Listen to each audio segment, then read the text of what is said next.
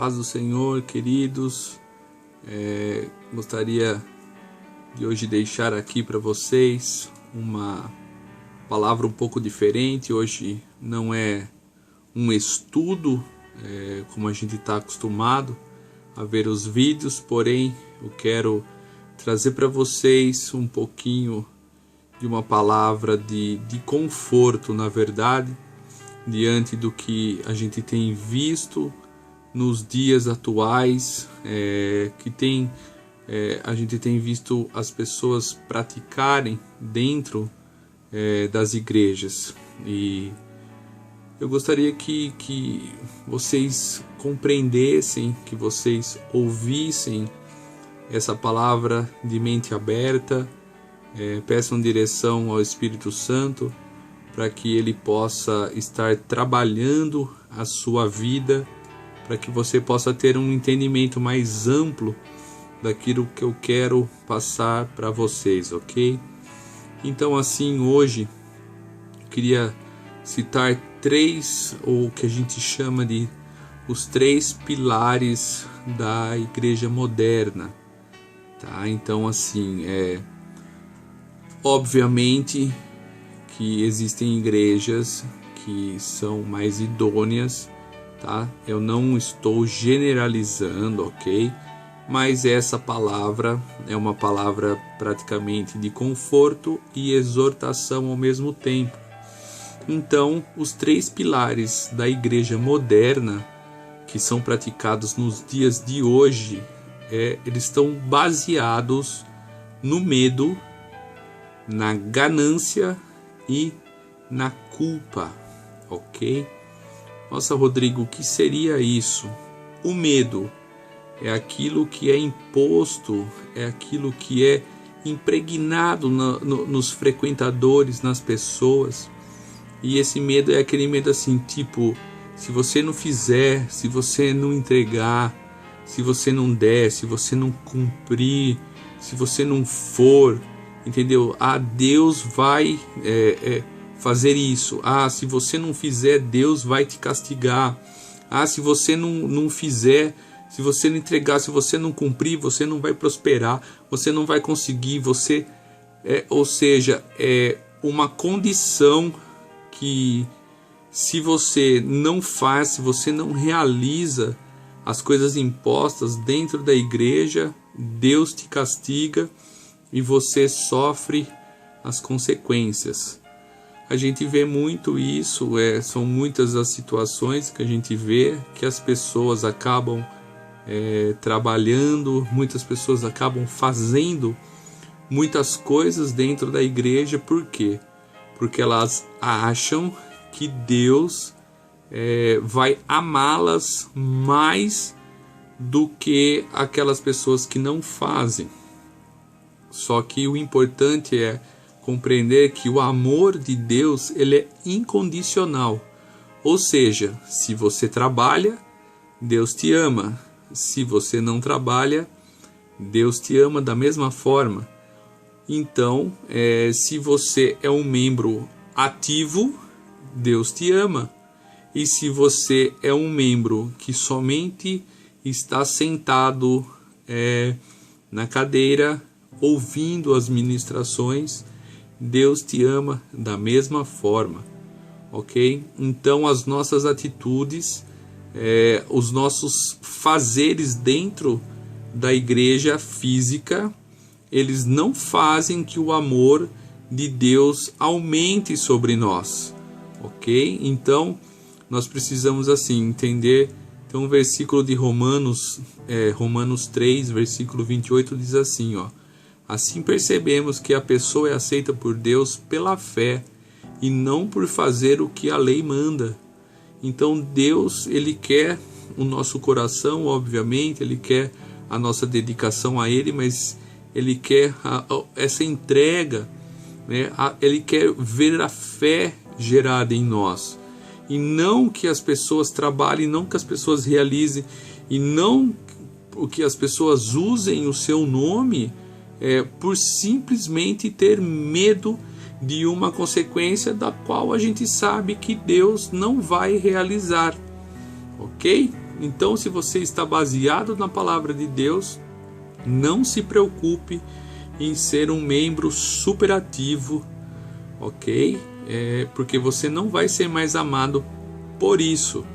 Obviamente, também não use essa colocação para somente ficar sentado, olhando ao seu redor e dizendo assim: eu não preciso fazer nada mesmo, tá? Então, porque foi dado a nós a incumbência de ir a todas as nações, pregar o evangelho, expulsar demônios, ok, queridos?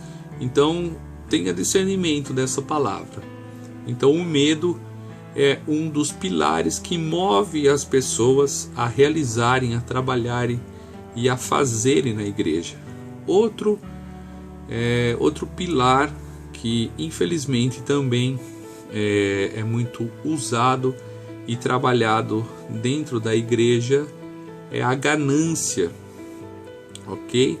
Então, as pessoas que frequentam a igreja, se elas não se movem pelo medo, elas se movem pela ganância de se obter algo em troca, seja ela prosperidade, seja ela riqueza, seja ela um cargo de destaque dentro da igreja, seja ela uma unção dentro da igreja. Então as pessoas acabam trabalhando de uma forma com o objetivo de se obter algo em troca. Infelizmente a gente vê muito isso, né? As pessoas querendo realizar de uma forma até mesmo inconsequente, muitas vezes impensável, com o único objetivo de se obter alguma coisa em troca ou de benefício próprio para ela, para sua família, para sua casa. A gente vê muitas pessoas que às vezes se colocam diante de Deus com uma barganha gospel. Essa é um termo até um pouco grosseiro, mas infelizmente é isso que acontece. Então, movidas pela ganância de se obter algo em troca, elas trabalham, elas realizam, elas doam a casa, a igreja, com o objetivo de se obter alguma coisa em troca, ok? E por último, o terceiro pilar, onde nós vemos as pessoas também trabalharem, é a culpa. Ou seja, se você não faz, se você não realiza, se você não doa, se você não dá, então você será culpado por a igreja fechar, por o aluguel ser atrasado, pela água, a conta de água estar atrasada, pela conta de luz estar atrasada. E queridos, sinceramente, você não tem culpa se o aluguel está atrasado, se a água não está paga, ok?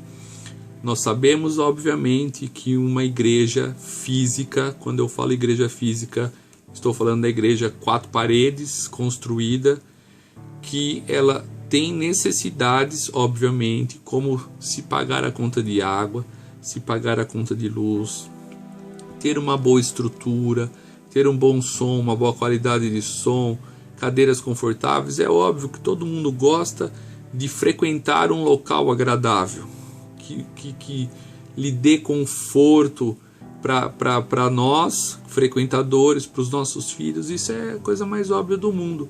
Mas você não pode manter o seu relacionamento sentindo-se culpado das coisas, às vezes, dentro da igreja não acontecerem, ok? Então, assim, não carregue esta culpa sobre a tua vida. O seu relacionamento com Deus tem que ser genuíno, tem que ser dentro da palavra de Deus. Você tem que ter fé, você tem que ter momentos de oração, de jejum, de consagração, de relacionamento, de intimidade com Deus, e não baseado no medo, e não baseado na ganância, não baseado numa culpa sobre a sua vida, ok? Então a palavra de Deus assim diz em Efésios 2, versículos 4 a 5, diz assim, A misericórdia de Deus é muito grande e o seu amor por nós é tanto que quando estávamos espiritualmente mortos por causa da nossa desobediência, Ele nos trouxe para a vida que temos em união com Cristo. Pela graça de Deus, vocês são salvos. Ou seja, é a graça de Deus que Ele derrama sobre as nossas vidas que vai nos salvar, queridos, porque nós somos pecadores. Na verdade, nós somos santos lutando contra o pecado, mas o pecado nós sabemos que ele é rotineiro em nossas vidas. Nós pecamos, infelizmente, diariamente, na nossa mente, muitas vezes no nosso agir, na nossa conduta, que não condiz com aquilo que a palavra de Deus nos mostra que é para nós sermos e fazermos. Então, assim, por último, eu quero deixar o versículo para você de Romanos 8, versículo 15, que diz assim, porque o Espírito que vocês receberam de Deus não torna vocês escravos e não faz com que tenham medo. Pelo contrário, o Espírito torna vocês filhos de Deus. E pelo poder do Espírito dizemos com fervor a Deus: Pai, meu Pai. Amém, queridos? Que esse versículo seja uma realidade na sua vida, ok? Quando você fica aí tentando buscar qual é o meu chamado, qual é o meu propósito, lembre-se que primeiro de tudo você foi chamado para ser filho, ok? Para ser herdeiro de Deus, para ser co-herdeiro em Cristo, para você desfrutar do amor dele sobre a sua vida, sobre a sua casa, sobre a sua família, em relacionamento e intimidade com eles, querido. Então, assim, você não é escravo, você não tem que ter medo, você não tem que ser ganancioso, você não tem que se sentir culpado, ok? E saiba que buscar a Deus, se relacionar com Deus, você faz 24 horas por dia onde você estiver. Seja ele dentro do ônibus, seja ele dentro de casa, seja ele no trabalho, na rua, queridos, Deus é contigo. Nós, corpo físico aqui, queridos, humano, que você vê, carne e osso, do qual é você, isso é a igreja. O Espírito Santo habita dentro de nós, ok? Nós somos a igreja do Senhor. Então, assim, queridos, é por essa igreja que Ele entregou o seu Filho na cruz para morrer por nós, para nos dar a salvação, para nos livrar do pecado, para que nós fôssemos perdoados, para que nós possamos viver uma vida diferenciada, baseada no amor, tendo novos caminhos para se seguir, realizando aquilo que é correto, o mais correto possível, diante das pessoas, diante do mundo que a gente vive hoje em dia. Então, amados, Ele morreu por mim, Ele morreu por você, para que nós nos tornemos filhos dele. Então basta que você o aceite como seu Senhor e Salvador, que você confesse Ele com a tua boca, e Ele é fiel e justo para perdoar os teus pecados e para te aceitar como filho, ok? Então, assim, que essa seja uma palavra sobre a tua vida de bênção, queridos. Não seja mais aquele que vive com medo, com ganância, com culpa, e sim consiga se relacionar com Deus sendo filho, sentindo-se amado por Ele, ok? Que Deus abençoe. Espero que essa palavra seja uma palavra de bênção na sua vida, e que você que está fraco, você que está aí desanimado, não desanime, queridos. Olhe para Deus e sinta esse amor, sinta essa proteção, esse carinho que o Pai tem por você. Você é filho amado, você é filho bendito, você é querido, e saiba que o preço que Ele pagou na cruz foi um preço de morte por amor a ti. Amém? Que Deus abençoe e até a próxima.